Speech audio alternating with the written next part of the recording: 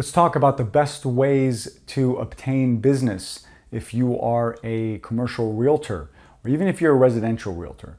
What you're going to hear a lot of times when you first get started is you sit down at your desk, you make 100 calls a day, and I don't know, a couple of weeks or a couple of months, you're going to get some appointments. Absolutely, that's going to work. Guaranteed, it probably does.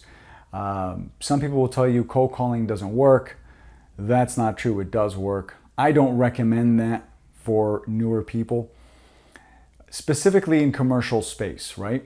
So if you're a new broker or newer broker and you're selling medical buildings, think of the concept here.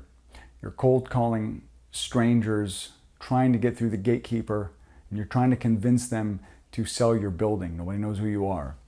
That's a much tougher sale. You might get a few, you will, but you're putting off a lot of energy. Now, 10 or 15 or 20 years ago, that may have worked.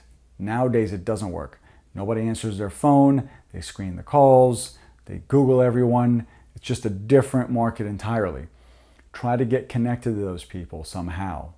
The blast text messaging, you guys are probably annoyed when you get it. So don't do it to someone else. Email blasts, no, that stuff can work, but it's not the primary focus. I don't want you to really focus on that. So I get a couple of questions about those, and I didn't really want to spend too much time on it, but because if one or two or six people ask, there must be a lot of people wondering about that. The way the market is shifting, it's going to be tougher to get business.